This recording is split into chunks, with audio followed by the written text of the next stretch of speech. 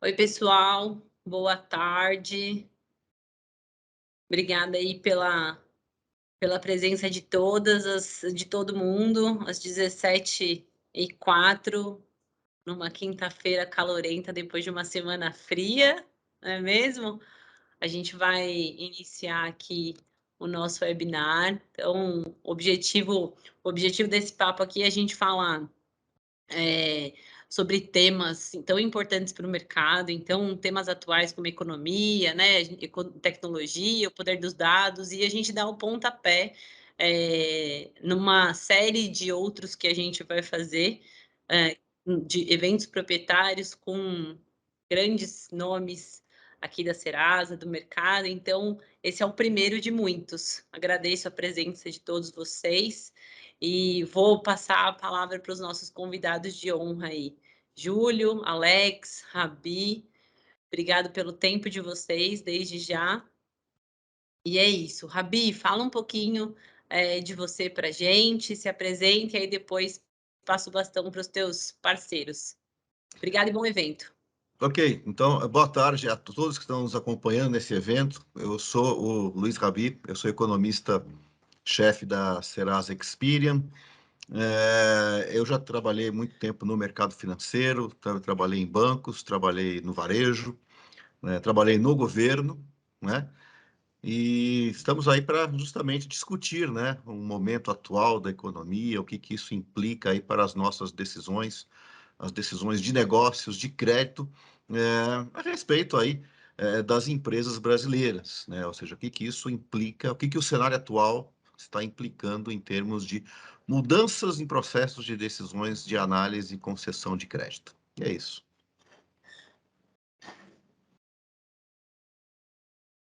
Vamos lá, falar um pouquinho aqui também. Boa tarde, pessoal, bem-vindos aí ao webinar. Eu sou Alex Franco, hoje responsável pelas soluções de crédito, para a jornada de crédito no mercado, tanto pessoa física como pessoa jurídica. Minha história também, passando por várias instituições de bancos aqui no Brasil, consultoria como Accenture, um período também de experiência muito proveitosa trabalhando no mercado de crédito da Europa, em alguns países por lá, pelo Barclays e pelo Citibank. E desde que eu voltei para o Brasil, me encantei aí com esse momento que o Brasil vem vivendo e essa aceleração toda do mundo de novas fintechs, olhar sempre para a jornada do cliente, uma forma nova, né, de fazer solução e fazer atender o mercado de crédito com essa ambição de sempre buscar trazer soluções que estão conectadas com as necessidades do cliente, muito menos empurrar de dentro para fora, mas muito mais ouvir o cliente para poder entregar essas soluções. E aí eu acho que a grande curiosidade também bacana de compartilhar, né, que eu era aquele cliente chato que do outro lado, sendo cliente da Serasa Experian, tanto daqui no Brasil como sendo cliente da Experian lá fora, era a pessoa que estava sempre, né, provocando essa inovação, esse olhar de soluções novas. Tem alguns produtos que hoje eu vejo no portfólio que eu gerencio aqui, que foram produtos que eu acabei provocando estando do outro lado. E hoje estou do lado de cá, há 3 anos na empresa, em que a gente vem tentando cada vez mais estar conectado com a necessidade. É um pouco do que a gente vai tentar trazer na sessão de hoje, de como a gente está sempre tentando buscar aquilo que o mercado precisa naquele momento, tá bem? Passar a bola aqui para o Júlio, que é super parceiro também, para a gente fazer essas coisas acontecerem. Valeu, Alex. Valeu, Rabi. Boa tarde, pessoal. Sou Júlio Guedes aqui, diretor aqui de Analytics da Serasa Experian. Vamos dizer aí que eu já tenho alguns bons anos de mercado, vamos dizer que mais de 20 anos aí de atuação nesse mercado. Eu comecei sou estatístico, tá, de formação, passei pela IBM e boa parte aí da carreira entre Unibanco, principalmente, e Itaú, e também agora Serasa, né? Nos últimos 12 anos aqui já de Serasa Experian, sempre atuando aí com crédito, modelagem, analytics, essa parte toda de ciência de dados, e um apaixonado, né? Sempre aí por dados, liderando aí um time aí de mais de 140 outros apaixonados aí por analytics, trabalhando em crédito, fraude, marketing, cobrança, olhando tanto pessoa física quanto pessoa jurídica, e cada vez mais, né, a gente tem trabalhado em estruturar mais dados, estruturar novos dados, né? Então, esse mundo está muito dinâmico, muito do que a gente vai falar aqui um pouco é essa subida de inadimplência, como é que a gente pode encarar esse momento único na história brasileira e assim, estruturando os dados, gerando insights, desenvolvendo novos modelos, desenvolvendo novas expertises aqui junto ao time e até junto ao mercado, né? Então, tenho conversado aí com muita gente, tal, acho que é um momento único aí, e acho que teremos aí um bate-papo bem interessante aí, e como o Alex falou, também fui cliente, né? Já trabalhei em bancos também, né? E acho que isso traz uma visão interessante de perceber um pouco o que o mercado está sentindo nesse momento e como que a gente pode ajudá-lo, porque esse momento é realmente diferente de todos os outros, tá? Então, aqui é um prazer aqui estar com vocês, espero que gostem aí da conversa aí até nos próximos 50 minutos e estaremos juntos aqui. Legal, valeu, Júlio. Deixa eu começar aqui, eu acho que puxando esse bate-papo nosso e desde já deixando para o público aí todo mandar as perguntas, né, encaminhar as perguntas que tiverem, para que a gente possa, ao longo da sessão também, incluindo nesse bate-papo, incluir vocês aqui nessa nossa conversa. Importante ter a perspectiva de vocês também. Mas acho que, como o Júlio já antecipou, né, a gente está vivendo um momento diferente. Muitas pessoas vão falar, ok, inadimplência no Brasil é algo que a gente sempre vive, cenário macroeconômico, né, com a famosa roller coaster, com as famosas subidas e descidas é algo comum no mercado brasileiro, mas eu acho que um cenário como esse, que a gente está vivendo agora de uma rápida inadimplência, aumento o desemprego, apesar de estável, você tem uma renda caindo e tudo mais, é um momento único que você soma ainda acabamos, né, no processo de pandemia super forte, e olhando para frente, a gente ainda vê eleição, vê guerra e vê o resto do mundo também num momento muito estranho, né?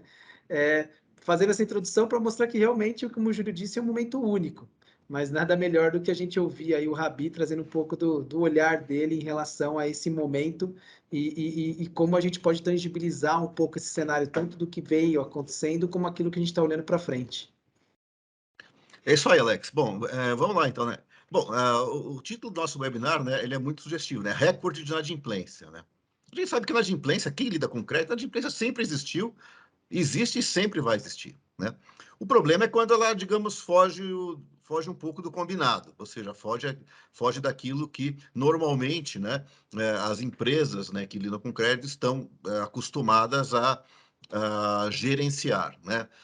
E o atual momento é justamente isso, ou seja, nós estamos passando por um cenário macroeconômico que todo ele conspira para esse aumento rápido e da inadimplência atingindo patamares recordes, né? A primeira variável, né, macroeconômica que aponta, né, para essa direção e que influencia bastante é a inflação, né? A inflação, todos nós sabemos, praticamente o pior imposto que pode ser colocado sobre o poder de compra das famílias, principalmente as famílias de baixa renda, né? E a nossa inflação, realmente, ela saiu bastante fora do controle, né? A meta do Banco Central, né, que ele teria que entregar para a sociedade é uma inflação ali ao redor de 4%, né? E nós estamos aí com 12% de inflação rodando, né? E já há um bom tempo acima de 10%, ou seja, inflação na casa de 2 dígitos desde julho, agosto do ano passado, né? E isso, obviamente, traz um impacto muito grande em termos de perda do poder aquisitivo de milhões de brasileiros, né? E, obviamente, né, quando há uma perda do poder aquisitivo, há uma perda da capacidade de pagamento, né? Digamos, e dentro desse contexto, né, o próprio Banco Central, né, que é o responsável, né, por entregar uma inflação civilizada para a sociedade, né, diante desse ritmo bastante acentuado pela qual a inflação se desgarrou da meta, ele já veio iniciando um processo de aumento de taxas de juros para fazer com que a convergência da inflação às metas ocorra em algum momento do futuro. Só que a gente sabe que inflação no Brasil é aquela coisa, né? Sobe elevador e desce de escada, né? Essa convergência da inflação para a sua meta será muito lenta. A gente, na melhor das hipóteses, né? E aí é uma curva otimista que eu estou traçando, ela vai acontecer só ali em 2024. Então, nós vamos conviver aí durante um bom tempo com uma inflação bem superior àquilo que nós estávamos acostumados, né? E isso, obviamente, traz uma dificuldade a mais para o Banco Central, né? Que a gente pode ver aí no próximo slide, que ele vai ter que manter a taxa de juros num patamar elevado durante um período realmente bastante razoável, né? De tempo, né? O Banco Central ele ainda está subindo a taxa de juros. Tivemos a reunião do Copom na semana passada, né? E o Banco Central já sinalizou que na reunião de julho, que é a próxima reunião, ele deve de novo fazer um novo aumento da taxa Selic, né? Colocando aí na casa dos 13,75, alguns falam em 14% ao ano, mas o fato é o seguinte, né?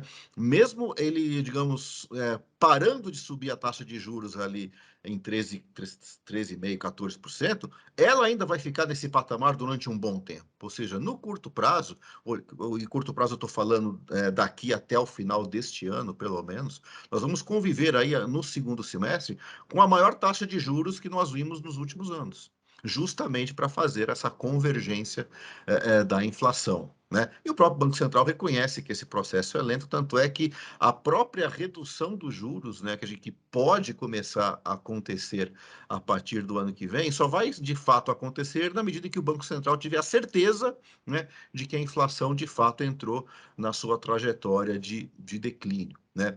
E só que isso realmente coloca um peso muito grande, né? Porque a gente pode ver aí no próximo slide, né?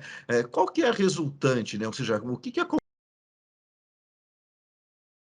que realmente se eleva demais, ou seja, vai bastante além da meta e exige que o Banco Central tome uma atitude mais drástica com relação à taxa de juros, né? O próximo slide, quem é que está passando? Se puder passar aí, por favor, né? Isso gera o seguinte, né? Gera um horizonte de queda do poder aquisitivo das pessoas, né? Que já tinha sido, digamos, afetado justamente pela própria pandemia e pela alta da inflação, né? Mas o fato é o seguinte, quando a taxa de juros tem que ficar num patamar muito alto durante um intervalo muito grande de tempo, isso coloca um freio na atividade econômica e coloca um freio na redução do desemprego, né? Ou seja, com taxa de juros a nível de 14%, dificilmente a economia brasileira vai crescer agora a partir do segundo semestre. Nós tivemos alguns impactos positivos, pelo menos até o mês de junho deste ano, que foram aquelas antecipações que o governo fez, né? Ou seja, ele antecipou o pagamento do 13º salário para os aposentados, né? Autorizou o saque emergencial do fundo de garantia, obviamente para quem tem direito aí de sacar os R$ 1.000, mas assim, acabou, né? O segundo semestre, o que vai reservar, né? Vai reservar um ambiente econômico de estagnação, né? Porque a taxa de juros vai ter que ficar alta no seu máximo desses últimos anos durante um bom tempo, ou seja, durante todo o segundo semestre, justamente para fazer com que o próprio esfriamento da atividade econômica, que é a forma como se desinflaciona uma economia, comece a produzir os seus efeitos, né? Porque nós sabemos, né? Quem é mais antigo sabe, né? Nós já tivemos outras experiências para se combater a inflação, né? Congelamento de preços, confisco da poupança, tablita, né? Quem é mais antigo sabe do que eu estou falando, mas nada disso funciona e nada disso funcionou. Né? O que realmente funciona para se desinflacionar uma economia é justamente apertar a política monetária, subir a taxa de juros, deixar a taxa de juros alta durante um bom tempo, só que há efeitos colaterais, né?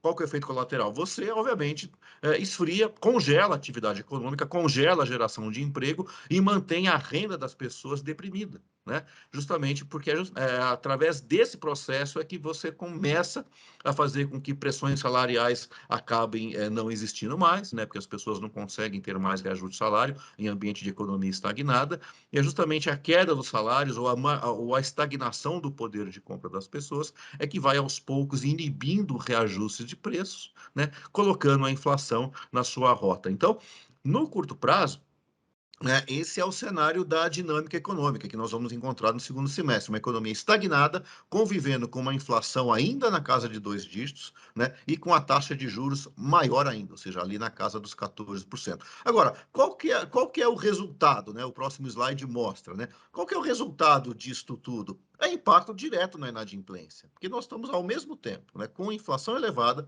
com taxa de juros também no seu máximo de curto prazo, né? E com emprego, né, também de forma praticamente estagnada e queda no poder de renda.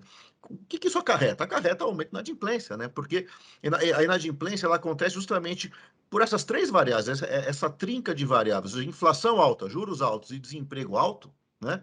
E com baixa perspectiva de recuperação desse cenário, aos poucos a inadimplência vai subindo, porque as pessoas vão tendo seu poder de compra reduzido pela inflação, limitados pela própria expansão da economia e com o custo de financiamento mais caro. Ou seja, as prestações ficam mais caras, as renegociações ficam mais caras, porque a taxa de juros vai subindo, né? Então, desde outubro para cá, ou seja, praticamente desde quando a inflação superou os 10%, nós estamos vendo esse aumento rápido da inadimplência atingindo esse recorde histórico agora no mês de abril. Ou seja, abril nós fechamos o mês com 66 milhões de brasileiros inadimplentes. Isso é basicamente 40% da população adulta do Brasil nessa situação, ou seja, de cada 10 pessoas, 4 estão inadimplentes. E o crescimento foi muito rápido, né? Ou seja, nós estamos falando aí do aumento de 4 milhões em apenas 6 meses. 4 milhões é basicamente a soma da população de Recife com Belo Horizonte. Ou seja,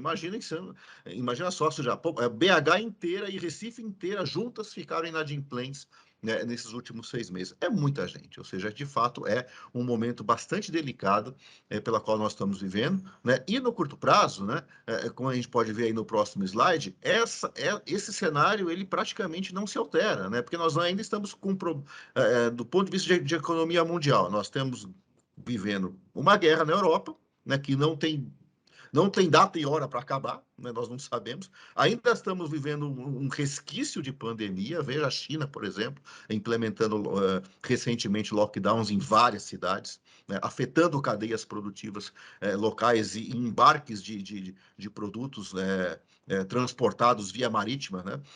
Nós estamos ainda num processo convivendo com uma inflação global, quer dizer, a inflação não é só um problema brasileiro, é um problema mundial. Então está aí o Banco Central norte-americano elevando taxa de juros, né? O Banco Central europeu também começando nesse processo, né? Então, juros altos, baixo crescimento do PIB, como a resultante disso, né? Desemprego alto e renda deprimida, isso gera inadimplência alta, e para completar, nós temos aí nós vamos entrar agora, logo no segundo semestre, no calor das eleições. Então, assim, é realmente um cenário bastante desafiador que nós estamos olhando, quando nós olhamos para os próximos 6 meses, quando a gente olha para o segundo semestre de 2022, né? E é justamente nesse cenário, né, que as empresas começam a se questionar: bom, então o que eu faço, né? Ou seja, como é que eu posso melhorar a minha gestão, melhorar a minha atuação, melhorar os meus processos, né, de análise e concessão de crédito, sabendo que realmente eu vou enfrentar um curto prazo bastante desafiador,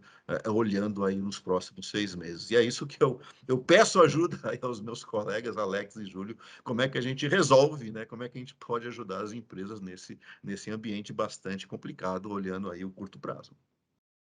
Perfeito, Rabi. Eu acho que o que é mais crítico, né, nesse momento aí de recorde de inadimplência é não saber até onde vai, né? E a questão da crise internacional, né? E muito tem se falado também, Rabi, da estagflação, né? Então, isso no mundo inteiro, né? Europa, Estados Unidos, já tem se falado aí da questão da combinação da inflação com estagnação na economia. Como é que você está vendo esse ponto aí especificamente?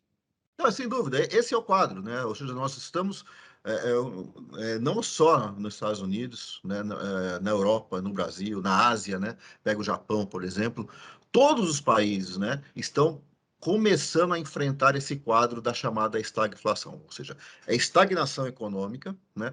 Como eu comentei, ou seja, segundo semestre aqui no Brasil não vai ter crescimento, O PIB vai ser 0 no segundo semestre, ou muito próximo disso, né? Com inflação ainda elevada, né? Mas isso não é só nosso, não é um problema só nosso, é um problema global, porque a inflação subiu no mundo inteiro, então todos os bancos centrais agora parece que acordaram ou caiu a ficha, né?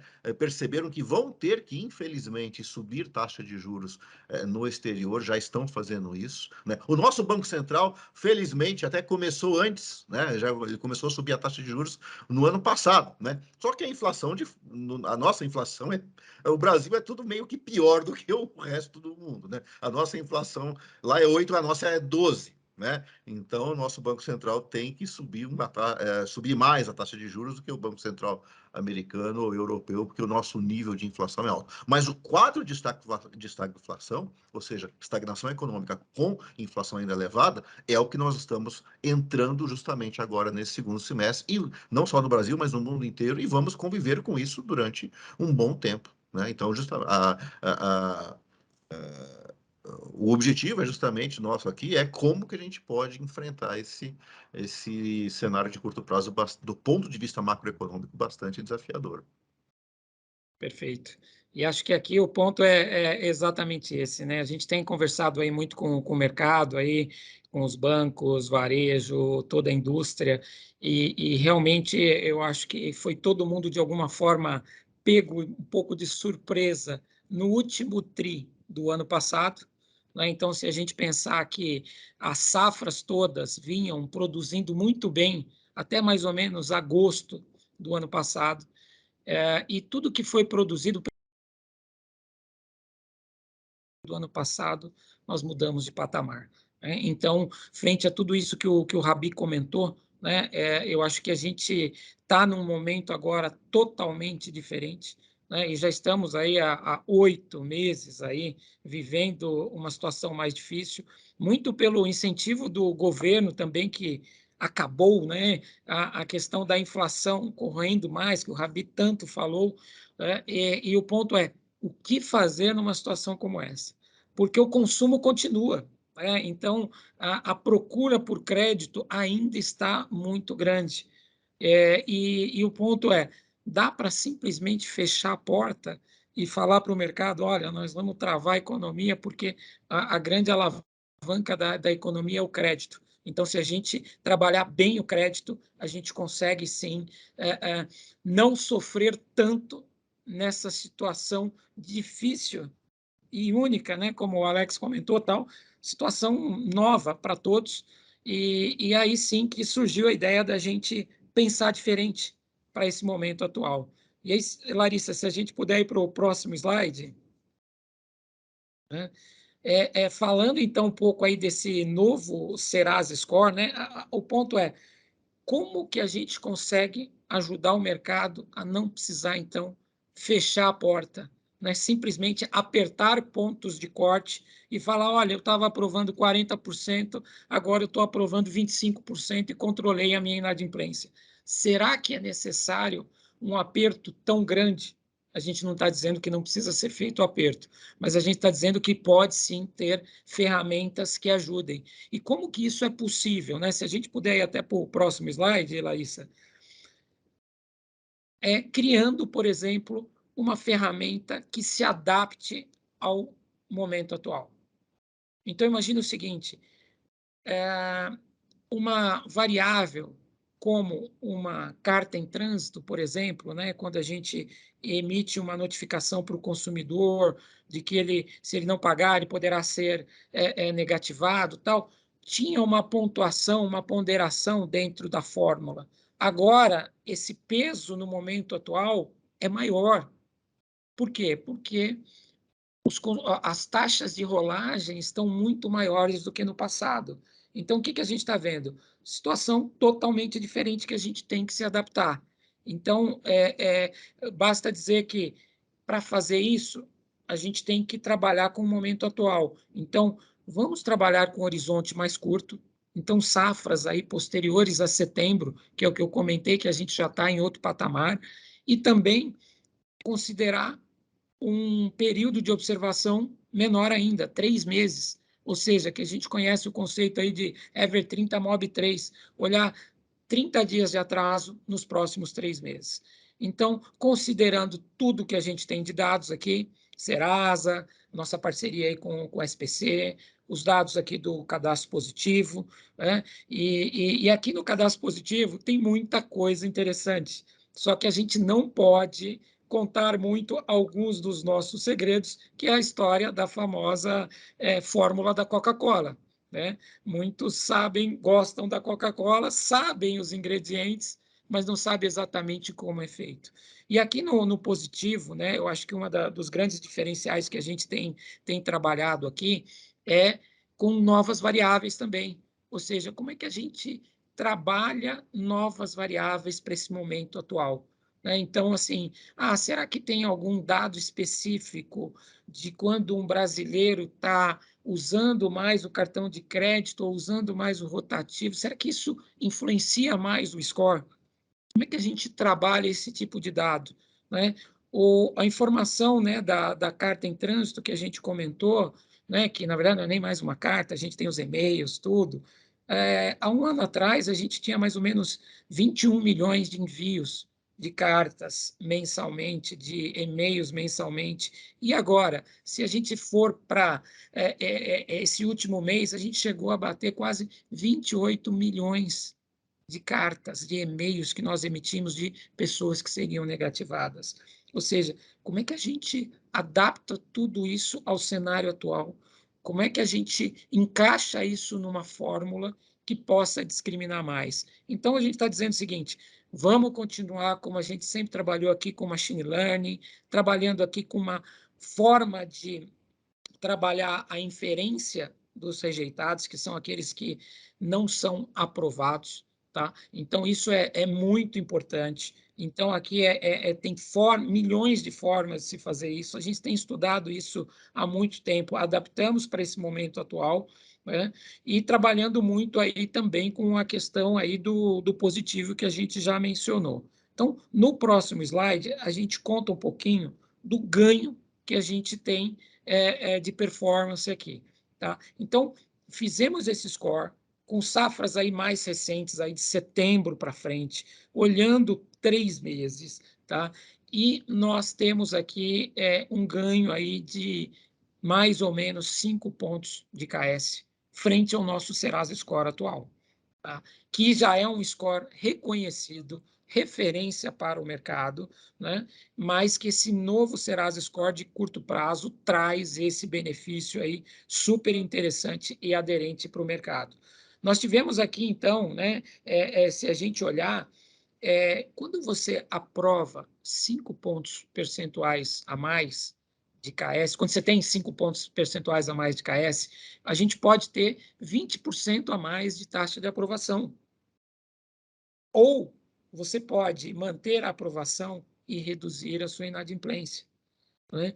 Então, é algo que dá possibilidade de trabalhar de uma forma muito mais assertiva. Vou contar aqui rapidamente 2 cases aqui que a gente tem aqui de clientes, né, que eu acho que são coisas sempre importantes aqui, né, porque eu acho que essa é a curiosidade, como é que a gente trabalha com isso, né, no nosso dia a dia, né, e é um case do varejo, tá, e um case tá, de uma startup, uma fintech aí das grandes, tá? E o que a gente viu nisso, né?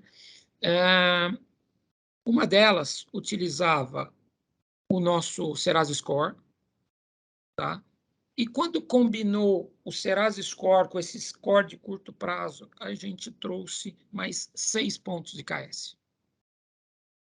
Então, essa empresa já está virando a chave, já está implantando colocando em uso esse novo Serasa Score de curto prazo.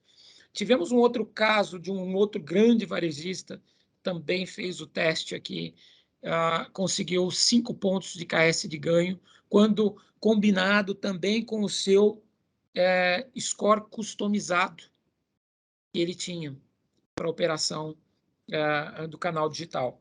Então, olha que interessante aqui que a gente está dizendo aqui, que temos cases variados, que, às vezes combinado com score genérico, às vezes combinado com um score customizado, e que estão trazendo muito mais valor.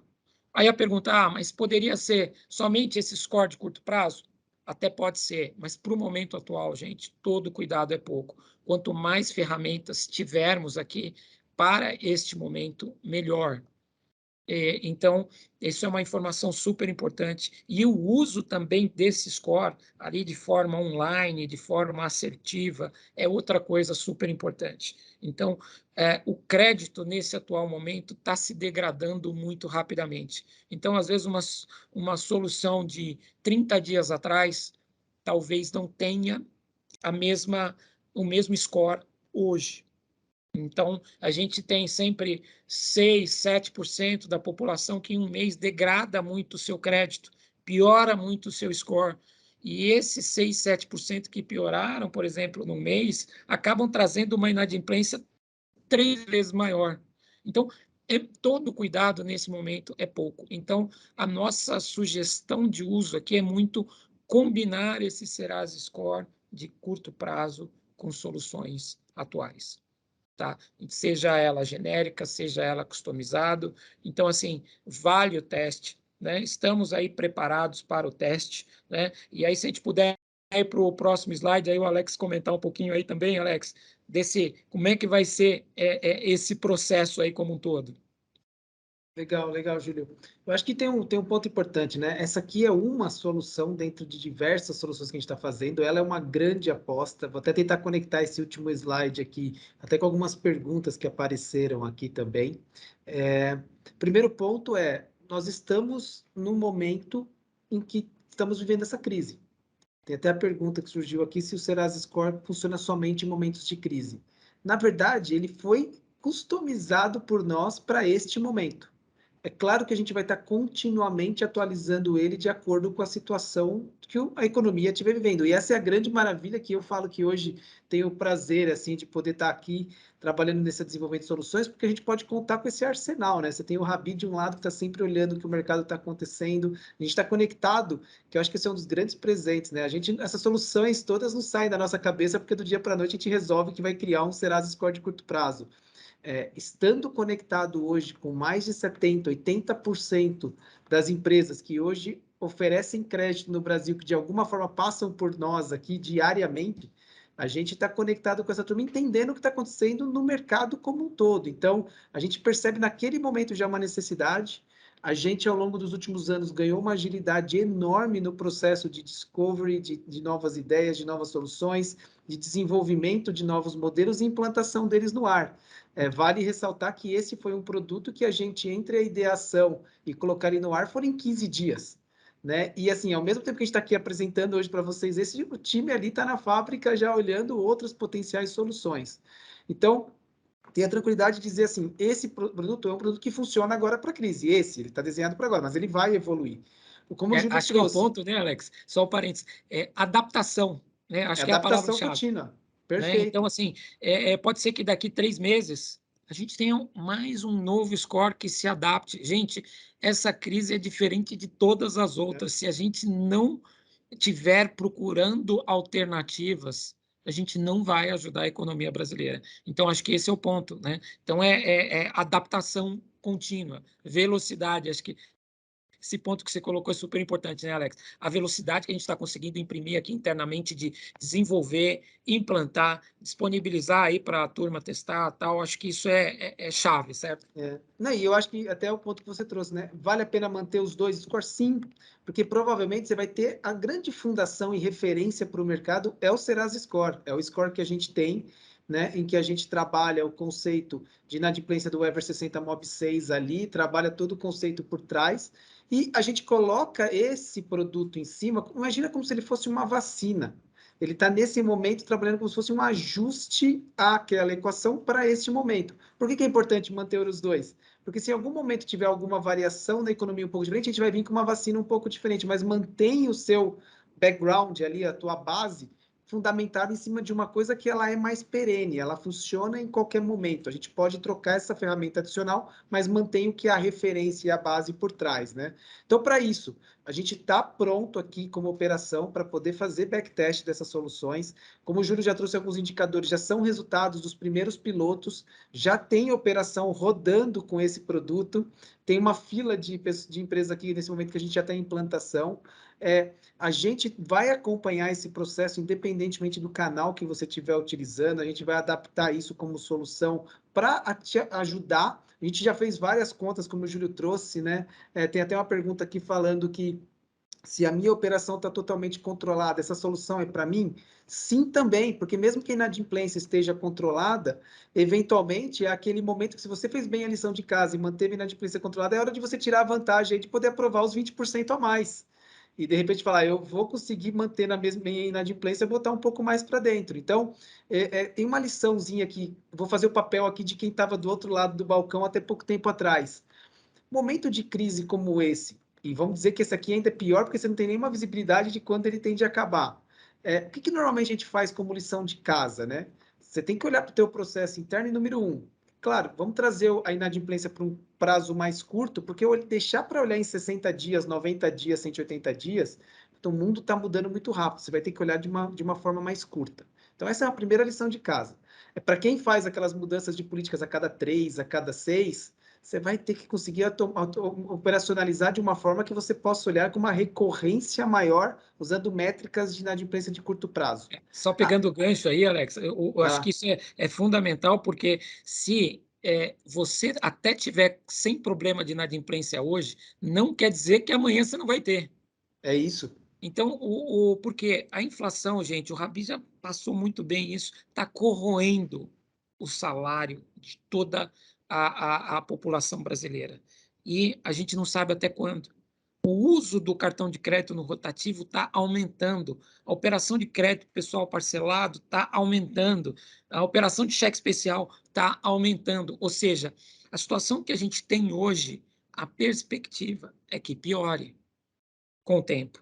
Então, se não for feito nada agora, mesmo uma operação que esteja um pouco mais estável, vai sofrer no curto e médio prazo.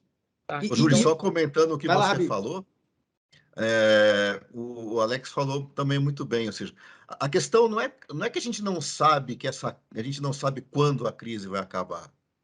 A questão é a seguinte, a gente sabe que não tem perspectiva de melhora no curto prazo, né?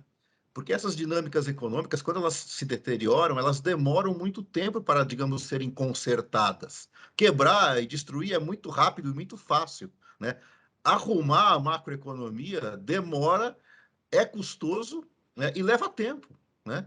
Então, assim, não é, eu não sei, na verdade, ninguém sabe quando a crise vai acabar. O problema é o seguinte, é que não há perspectiva de melhora no curto prazo. Até Né? porque o cenário, Então, né, Rabi? O cenário macroeconômico como um todo tem várias, como você trouxe, guerra, falta de sim, insumos, tudo que não ajuda também, né? pandemia. Isso gera incerteza, mas uma certeza nós temos: não tem perspectiva de melhora, né? Antes do final do ano. Né? Antes que as eleições se resolvam, por exemplo, né? Trazendo uma situação mais próxima de nós aqui. Mas o fato é o seguinte, né? Já que não tem perspectiva de melhora, o cenário se deteriorou, né? Então eu tenho que, digamos, de alguma forma, trabalhar de outra maneira, ou seja, como é que eu enfrento essa situação? Então é justamente isso. E até aproveitando, acho que nessa questão de olhar de soluções, né, a gente está trazendo essa solução, que é uma solução analítica que a gente está falando, é uma vacina que a gente coloca lá, a gente está com o time aqui do Júlio, nossos times olhando continuamente o que fazer. Mas como o Rabi falou, a gente vai ter que achar mais coisas, assim, a tendência é, né, de piora. O que a gente faz normalmente no momento de crise? Além de você tentar controlar a inadimplência, você tenta manter os seus canais em pé. Pode ter certeza que muita gente aqui que está nos ouvindo hoje deve ter algum canal ali de venda em que a inadimplência já começou a aumentar e que então começa a perceber se torna viável manter aquele canal em pé. A gente já, né, Júlio, fez alguns testes, inclusive com essa solução para alguns canais de mais risco. A gente sabe que o mundo digital, mundo mais de canal de e-commerce, normalmente é uma inadimplência maior. Teve operações já que a gente já olhou que não teriam mais viabilidade com a estratégia tradicional, com esse score se tornou viável. Tem um outro ponto que vai ser natural, no momento em que a economia começa a estagnar, desemprego, renda caindo, provavelmente quando você olha para a jornada de crédito e todas as necessidades da jornada de crédito, provavelmente vai começar a diminuir um pouco o bolo que você tem ali para prospecção, para originar novos clientes. Então, vamos ter que olhar também, está no nosso radar, já fazendo também aqui um spoiler para futuras sessões nossas que a gente está trazendo para o mercado. Quem quiser conhecer também, abra conversas aqui com a turma, olhar para a gestão da carteira, a gestão de clientes. Porque nesse momento, se você não está conseguindo trazer gente nova, você fazer uma otimização dos seus bons clientes, lembra, falamos que 40% está inadimplente, mas tem uma parcela que não está e que você ali consegue ainda filtrar bons clientes, melhorar a tua experiência para esse cliente, a sua jornada para esse cliente, como você apoia ele a ter uma experiência melhor. Como é a experiência melhor? Do ponto de vista de crédito. Tomar um limite mais justo, uma taxa mais justo. A gente ainda não fala muito no Brasil de precificação, que é uma questão de você falar, será que eu estou dando o limite de crédito ao preço mais justo, com uma concorrência maior, com menos clientes novos para trazer? Você vai ter que olhar para o melhor preço que você está cobrando desse cliente na taxa de juros. E aí, também, estamos com várias soluções aqui verticalizadas para cada tipo de nicho, para a gente poder olhar ali e falar, qual é o melhor preço? O próprio score aqui, se você aplicar esse score numa carteira de gestão de carteira ali, olhando as vintages, as tuas safras de gestão de carteira, vai eventualmente olhar algum cliente ali, conseguir selecionar algum público, você fala, posso eventualmente dar um pouco mais de limite para esse cara, posso trabalhar melhor porque ele é um bom cliente. Tem outras soluções que a Amanda está aqui comigo, ela está trabalhando junto com o time para a gente poder trazer algumas soluções que ajudam também nessa gestão de carteira.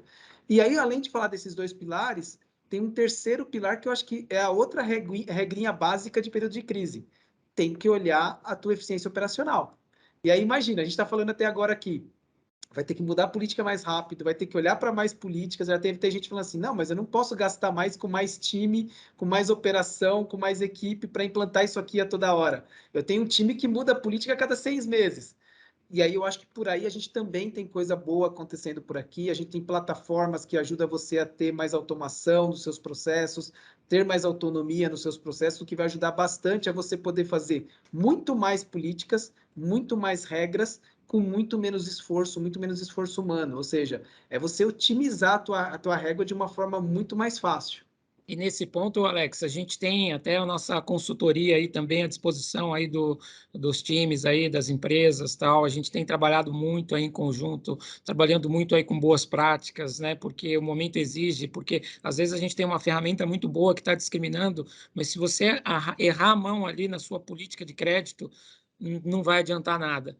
Tá? Então, às vezes a gente encontra alguns clientes, mas o score não funcionou. Veja bem, qual foi o ponto de corte, qual foi o limite que foi dado, né? Então, a gente está com uma renda nova aí para disposição também, né, Alex? Então, acho que isso para o momento mais adaptada para o momento atual. Então, tem muita coisa nova surgindo, né? O Alex falou muito da gestão de carteira, então acho que vale testar sim, até esse Serasa Score aí para carteira, né? Então, acho que temos muitas oportunidades e a gente está à disposição aqui para ajudar todo mundo. E eu acho que até temos perguntas aí, né, pessoal? Amanda, aí, quem que vai soltar as perguntas aí, Amanda? Deixa eu só soltar aqui enquanto a Amanda caça aqui as perguntinhas. Oi, Júlio.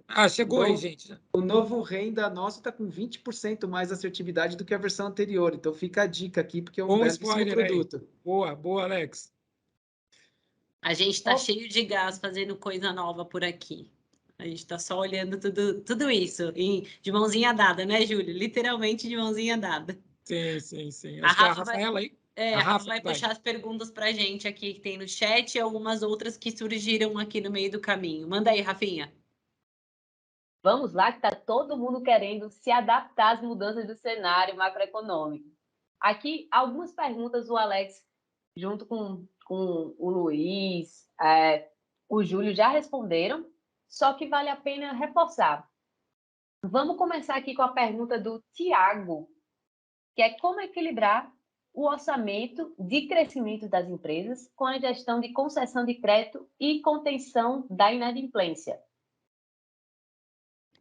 Sim, é sempre desafiador, né? Ou seja, todo mundo aí pensando aí na questão aí dos seus custos internos, na questão aí de como é que eu vou nesse momento eventualmente gastar mais, tal, para conseguir ter mais resultado e tal. Mas, assim, gente, tudo que a gente tem que pensar nesse momento é que novas ferramentas vão economizar muito dinheiro no curto e no médio e no longo prazo. Então, é um investimento necessário que tem que ser feito, tá? Então, acho que isso é possível, tá? Porque isso vai trazer mais aprovações. Você pode vender mais, você pode reduzir a sua perda. E isso, por si só, paga-se assim, as consultas com um retorno muito elevado. Tá? A gente fez muita conta aqui internamente e tal, mas se precisar, a gente pode fazer alguma outra conversa aí, Thiago, para explicar um pouco mais em detalhes aí, mas assim, a gente tem conversado com muitos clientes, muita gente fazendo a conta aí na ponta do lápis e a conta está fechando. Então, se necessário, aí a gente pode estar conversando aí e ajudá-lo aí em mais detalhes aí. Beleza. Ainda sobre essa pergunta, que eu queria contemplar outros ângulos. O nosso produto, né, a nossa solução, ela tem um formato que você consegue saber o retorno financeiro, né, que através de estudos, backtests. Júlio, se você puder comentar como é que o nosso cliente pode realmente saber se essa solução é útil para a operação dele, seria ótimo. Acho que aqui, né, Rafa, é testar. Né? A gente não vai vender nada que não seja bom para o cliente. Né? Pode ser que tenha alguns clientes que não seja assertiva a solução, pode ser, porque assim, não é uma solução que vai adaptar a todos, mas vai adaptar a grande maioria do mercado. Né? Vai encaixar para a grande maioria do mercado. Então, testar, a gente está disponível aí para backtests. Então, o que a gente quer fazer? Testar, Rafa, com períodos mais curtos, ou seja, safras de setembro para cá, que é onde o mundo mudou, onde a inadimplência cresceu. Se a gente testar em safras mais lá para trás, elas não vão ter a mesma aderência. Mas não adianta testar de safras mais lá para trás, porque o mercado era outro. Estamos em um outro patamar, então vamos testar aqui agora. Então, passa uma amostra para a gente testa, né? Se puder passar já a marcação de bom e mal, a gente já faz a análise completa para o cliente, já mostra o ganho contra o modelo que ele tem, contra o nosso Serasa Score, e aí sim a gente consegue fazer as contas aí até de retorno para mostrar o quão benéfico pode ser. E pegando ainda o gancho, a Beatriz perguntou se o Serasa Score de curto prazo funciona somente em momentos de crise, ou seja, passou o momento de crise, não precisa mais usar, porque só funciona em momentos de crise. Como é que você Passou um vê? momento de crise, Rafa, o que a gente vai fazer? Muito provavelmente a gente vai ter um outro score. Tá? É esse o ponto. O Alex comentou muito bem aí a questão de adaptação, né? Então, assim, nós temos que nos adaptar ao ambiente. Então, passou a crise, ou a crise agravou, talvez a gente tenha que ter um novo score também. Tá? Então, não dá para dizer a durabilidade desse score, mas dá para dizer que ele é muito assertivo para o momento atual. O momento atual pode ser que mude daqui 3 meses, 6 meses? Pode ser sim. Tá? Então, acho que esse é o ponto aí. Beleza. Alex, Rabi, vocês querem complementar as respostas do Júlio? Não, Rafinha, acho que o Júlio falou super bem das soluções. Sim. Acho que eu estou olhando mais aqui as perguntas que a turma mandou até agora, né? E eu acho que é o seguinte, quando a gente pensa um pouquinho em termos de retorno, tem uma pergunta falando aqui do retorno do Serasa Score, tem uma pergunta falando aqui um pouquinho também para como ter acesso, né, a treinamentos e tudo mais. Tem todo um plano de comunicação que a turma está soltando em relação ao produto. Eu acho que tem toda uma parte de ou conexão com quem é o seu contato de vendas aqui na Serasa. É o primeiro contato, eles estão municiados de toda a informação para essa solução. Pede para fazer, quando quiser fazer testes e tudo mais, tem o caminho já através do seu representante de conta para poder buscar um backtest. E como o Júlio falou, a gente não quer vender nada que não vá trazer benefício para a sua operação. A gente quer, na verdade, eu acho que o propósito número 1 aqui nosso é adaptar ao momento de mudança de cenário macroeconômico, a gente poder ajudar o mercado, e é um prazer enorme quando a gente vê esse propósito, né, de a gente poder ajudar o mercado brasileiro num cenário como esse. Se de alguma forma a gente puder estar ajudando mais brasileiros terem acesso a um crédito melhor nesse momento, estamos atingindo o nosso objetivo, né? Então, assim, a gente sempre vai fazer conta, a gente vai estar sempre muito fundamentado nesse retorno. Eu acho que tem perguntas muito, também como o Júlio falou, né? Quando acabou essa crise, a gente vai ter novos produtos, até porque, gente, tem muita coisa nova acontecendo, tem dados de telecom chegando no cadastro positivo, dados das empresas de gás, de luz chegando também. A gente tem um trabalho, um diferencial aqui muito legal, que não é simplesmente chegar esse dado e jogar para dentro, né? Muitas pessoas perguntam, mas por que o dado novo já não está no ar aí com vocês? Porque a gente tem um processo de governança de dados redondo para garantir que o dado que vai chegar na sua mão, ele efetivamente não vai ser porque eu estou falando, eu já tenho. É porque efetivamente a gente quer chegar no momento em que ele realmente se torna aplicável para a tua operação e traga mais valor. Se não for para trazer mais valor, a gente, assim, a solução não teve sucesso, a gente não atingiu o nosso objetivo, tá? Então, como o Júlio falou, enquanto nós estamos aqui, tem um time enorme trabalhando dados, trabalhando analytics, trabalhando produto, trabalhando solução para poder entender como que a gente põe a melhor solução na mão dos nossos clientes e ajuda efetivamente a gerar valor para isso. Sim, tem uma pergunta até da Rubiane aqui do Safra, sobre o que muda com relação a um Ever 60 Mob 6, né, dessa nossa solução, né? Então, assim, basicamente o que a gente está dizendo se a gente fosse trabalhar com safra de 6 meses, a gente praticamente não conseguiria nem desenvolver esse score adaptado ao momento atual. Então, a gente teve que alterar realmente, fazer algo mais nervoso, que é o que o momento demanda. Então, se a gente trabalhasse com safra de 6 meses, a gente ia ter esse score daqui uns 3 meses somente. E aí poderia ser tarde. Então, aqui a ideia é conseguir entregar ferramentas e que estão muito assertivas, tá? Então, acho que esse é o ponto. Claro, daqui 3 meses a gente pode fazer alguma teste com 6 meses? Podemos, mas o grande ponto é, se a gente trabalhar com safras a partir de setembro, estou muito ao mercado atual, tá? Então, Rubiane, acho que é um pouco dessa linha aí, e o peso mudou muito do que a gente tinha para o HSPN para cada uma das variáveis. Então, acho que essa é a diferença, e a gente incluiu, sim, algumas novas variáveis aí para encaixarem mais com o momento atual. Temos aqui uma pergunta da Débora. Qual é o retorno do Serasa Score de curto prazo? E esse retorno, acredito que seja o retorno da chamada. O que é que ele vai entregar para o cliente?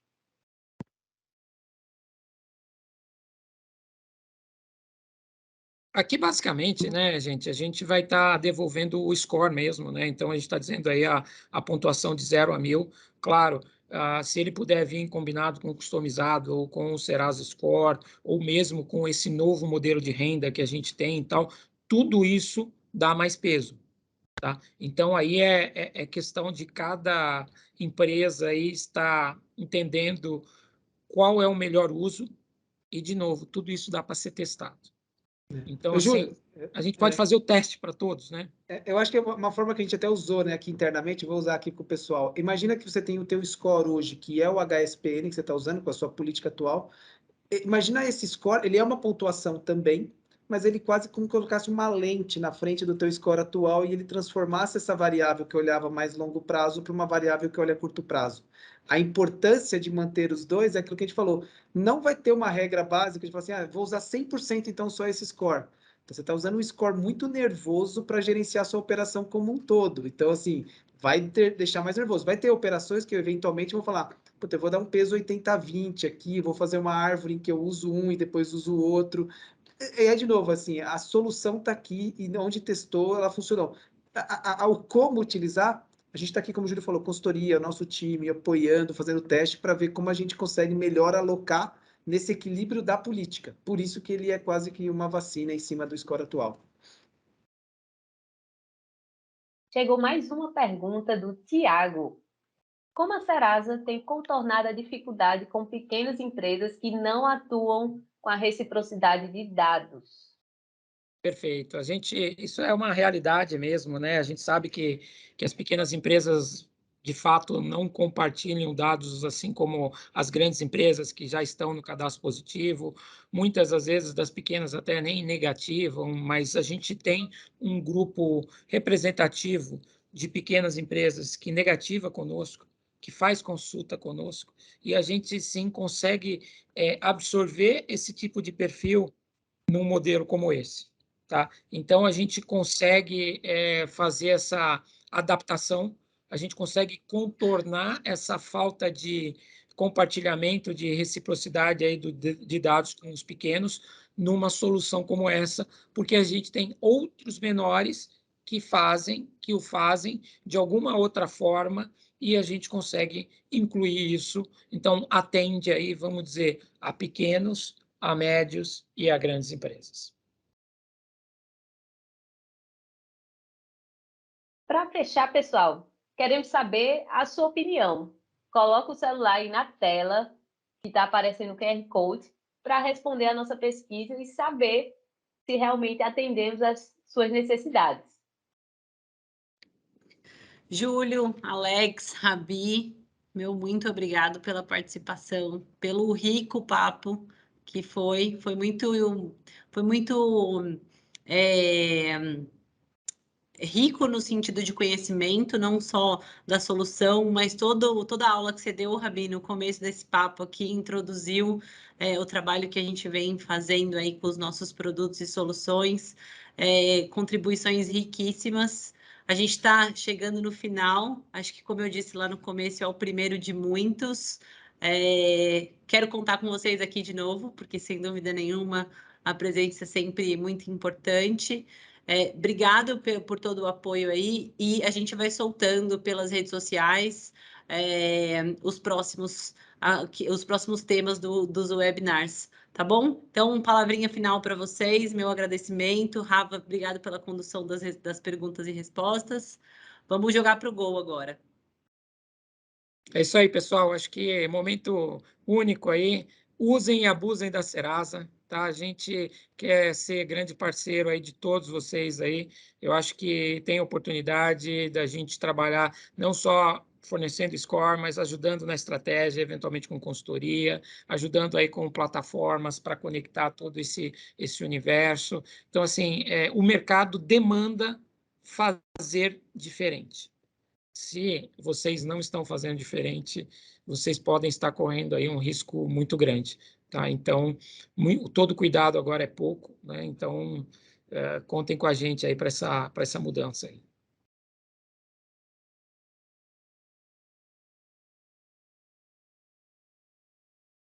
E aí, pessoal?